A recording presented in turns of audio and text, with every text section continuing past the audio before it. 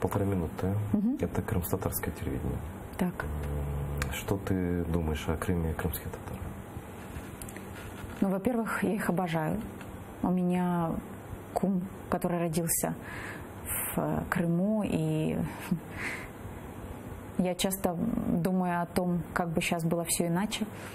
И дети меня спрашивают, а коли повернется наш Крым, потому что это лучшее место для отдыха и эмоций, которые было в их жизни, несмотря на то, что они были много где.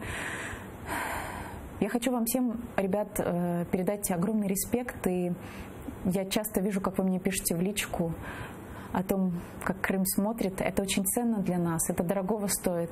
И я вам даю слово, как гражданки, как журналиста, что я буду всячески в каждых своих эфирах, выпусках и в риторике поддерживать вас и добиваться максимальных прав для крымских татар и, безусловно, максимальных действий по поводу освобождения Крыма.